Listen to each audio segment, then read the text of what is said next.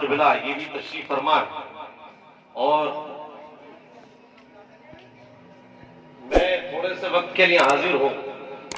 قاری صاحب بس 10 منٹ کے لیے، 10 سے 15 منٹ کے لیے حاضر ہوں. آپ اس گفتگو کو سنیں، کیونکہ ہمارے جلسوں کا ایک معیار ہے. بس ہائے تھوڑا سا گنگنا دیا، شروع ہو گیا معاملہ. یہ کب تک آپ رہیں گے اس ماحول میں؟ میں اس کی مخالفت نہیں کر رہا ہوں، لیکن میں یہ بات اس لیے کہہ رہا ہوں کہ تھوڑا سا کچھ سنیں، ایک پیغام لے کر کے جائیں. نسیم بھائی نے کافی کچھ خرچ کیا ہے اور اس کے لیے بھی جگر کی ضرورت ہے.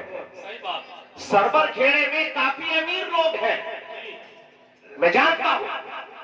ایسے لوگ بھی ہیں کہ زمین بیچ دی قاری دلشاد کو، اور وہ نام میں ہے قاری حمید صاحب کے، اور وہ مالدار ہیں، لیکن ان سے آج تک 1 روپیہ رب کی بارگاہ میں خرچ نہ ہو سکا. یہ توفیق میرے رب نے نسیم بھائی کو دی ہے کہ انہوں نے ایک ادارہ قائم کر کے اور پہلے ہی سال میں قاری نبی حسن کے ذریعے سے 5 حافظ قرآن تیار کر دیا. سبحان اللہ. یہ نعمت ہے رب کی. دولت تو بے شمار ہے. یہاں پر چودھری یونس صاحب بھی ہیں، یہ بھی مجھے لگتا ہے تقریباً 50 لاکھ کی گاڑی میں تو گھومتے ہی ہوں گے. لیکن میں مخالفت نہیں کر رہا ہوں ان کی، یہ بھی کافی خرچ کرتے ہیں دن میں، اور میں ان کو جانتا بھی ہوں. یہ سیاست میں بڑا اونچا قدم رکھتے ہیں، اور خوشی ہوتی ہے کہ ہمارے لوگ بھی سیاست میں جائیں، کیونکہ یہ ہمارا حق ہے. سیاست کی یہ باتیں میں نے اس لیے کہی ہے تاکہ آپ کو سن سکیں، کیونکہ یہ ماحول آپ نے ایسا گرما دیا ہے کہ بس ایک مسکرا کر کے گنگنانے والا آ جائے. ارے آپ کے بیچ ایک ایسا گنگنانے والا ہے، میں سچ بتاؤں آپ کو کہ میں کسی شاعر کو پسند نہیں کرتا ہوں. اگر کسی کو پسند کرتا ہوں تو میں عثمان ہارونی کو پسند کرتا ہوں. اس کی وجہ یہ ہے، میں نے خود سنا ہے ان کو قلعہ کھیڑے میں کہ جب یہ نعت پڑھتے ہیں تو ان کی نظر پیسوں پر نہیں بلکہ کس پر ہوتی ہے؟ ہم سب کے آقا پر ہوتی ہے. سبحان اللہ. یہ اللہ کے رسول کے نشے میں ڈوب کر کے نعت پڑھتے ہیں. زیادہ گنگنانے کی ضرورت نہیں ہے اور اس پر زیادہ نشانت کرنے کی ضرورت نہیں ہے. ان کو سنیں آپ. اور ہمارے بیچ ایک عظیم شخصیت جلوہ ربا ہونے والی ہے، اور آپ جانتے ہیں کون ہے؟ ان کو بلانے والے کوئی ایسے ویسے نہیں ہو سکتے. ان کو بلانے کے لیے جگر کی ضرورت پڑتی ہے، اور عظیم شخصیت ہے جن کا نام کیا ہے؟ حضور احسن میاں. سبحان اللہ. اگر وہ مدینے چلے جائیں تو لوگ راستے میں پھول بچھاتے ہیں. سبحان اللہ. اگر وہ ملک شام چلے جائیں تو راستے میں لوگ پھول بچھاتے ہیں. وہ تو ہمارے ہیں، ہمارے بیچ آنے والے ہیں، تو کیوں نہ ہم اپنے دل بچھائیں. تو بہرحال میں اپنے مضمون کی طرف آتا ہوں. اس سے پہلے میں مناسب نہیں بلکہ ضروری سمجھتا ہوں کہ ہم غریبوں کے آقا، وہ رسول کے دارین کا سکون جن کی ذات سے متعلق ہے، کہہ دیجیے سبحان اللہ. ہر کام کا اتمام جن کے کردار سے مربوط ہے، اکرام و احترام جن کا خاصہ ہے، اولیاء اکرام جن کے در کے بھکاری ہے، انہیں کی بارگاہ میں درود و سلام کا نغمہ پیش کریں. پڑھیے آواز بلند، اللہم صلی علی سیدنا مولانا محمد مبارک وسلم. صلی اللہ علیہ وسلم. مرحبا. قاری صاحب اس میں لوگ آپ نے بڑا کرنا لگایا ہے موبائل میں، اور آج تو موبائل بھی آپ کا نیا لگ رہا ہے، اور امید ہے کہ یہ موبائل تو کچھ بھی نہیں ہے. نسیم بھائی تو آپ کو ایپل دلوا سکتے ہیں. مرحبا. دستار کا منظر عظیم الشان ہے. ارے کہہ دو یار مرحبا. دستار کا منظر عظیم الشان ہے، بزم میں دولہا بنا جو حافظ قرآن ہے. مرحبا. بزم میں دولہا بنا جو حافظ قرآن ہے، اور ان کے ماں اور باپ کے، کیا بات، ان کے ماں اور باپ کے جو حافظ قرآن کے یہاں والدین بیٹھے ہوئے ہیں، وہ اپنی شان پر فخر کریں اور سنیں کہ ان کے ماں اور باپ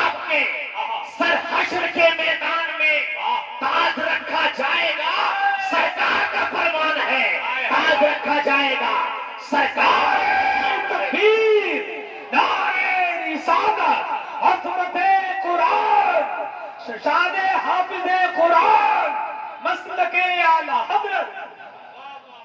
اور سنے نسیم بھائی، کارنامہ دیکھ کر قاری صاحب، کارنامہ یہ دیکھ ہمارے بڑے بھائی ہیں قاری نبی حسن، کیونکہ میں اکیلا ہوں. اب میں نے جب دیکھا کہ میرا کوئی بھائی نہیں ہے تو میں نے حضرت کو اپنا بھائی بنا لیا، سبحان اللہ. کیونکہ یہ جگر بھی رکھتے ہیں. نسیم بھائی کے پاس دو چیزیں ہیں، جگر بھی ہے اور دولت بھی ہے. ماشاءاللہ. اور قاری صاحب کے پاس ابھی صرف جگر ہے، لیکن لگتا ہے کہ یہ کنورٹ ہونے والے ہیں ماشاءاللہ. دولت کی طرف بھی. سبحان اللہ. کیونکہ جب دین کا کام کرتے ہیں تو اللہ تبارک و تعالیٰ دولت کا نزول فرماتا ہے. تو سنیں، کارنامہ دیکھ کر، جی. ارے جناب جناب، کارنامہ دیکھ کارنامہ دیکھ کر محسوس بھی مجھ کو ہوا.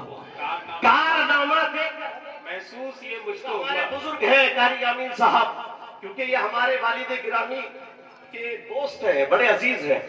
اور سمجھ لیجئے کہ باپ کا دوست بھی باپ ہوتا ہے، تو یہ ہمارے باپ ہیں. لیکن ابھی ایسا کچھ گھر سے ہوا نہیں ہے کہ کچھ باپ کا معاملہ ہو جائے.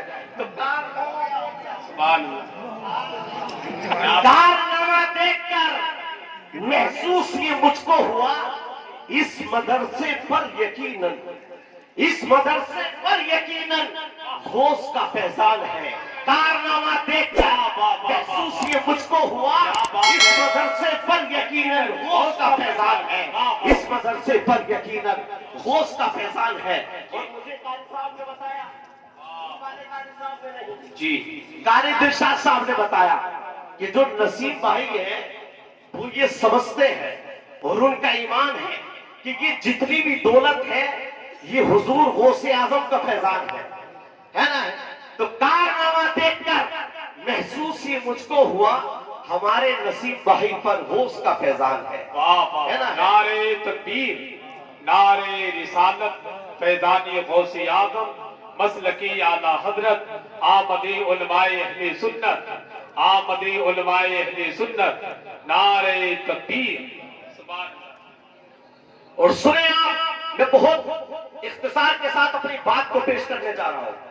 سنیے، یہ محفل بہت عظیم محفل ہے، جشن دستار بندی کے متعلق سجائی گئی ہے. قرآن مجید کو بچوں نے اپنے سینوں میں پرویا ہے، اور دنیا میں اللہ نے کتابوں کو نازل فرمایا ہے، لیکن سب سے افضل اور سب سے اعلیٰ اگر کوئی کتاب ہے تو اس کا نام قرآن ہے. سبحان اللہ. اللہ نے فرمایا ہے، اقرا بسم ربک الذی خلق. Recite with the name of your Lord who created. He made man from the clay of blood. Recite for your Lord most the generous who died guiding by the pen.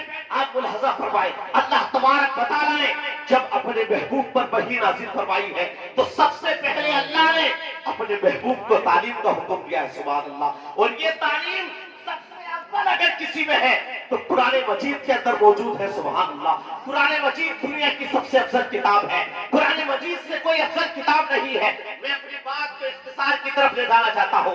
سنیں، ایک ملک ہے جس کا نام مالدیپ ہے، وہاں پر بدھسٹ لوگ ہیں، بدھ مت لوگ ہیں، کوئی بھی مسلمان نہیں ہے. وہ 1192 جزیروں پر فائز ہے، لیکن 200 جزیرے ایسے ہیں جن پر آبادی موجود ہے.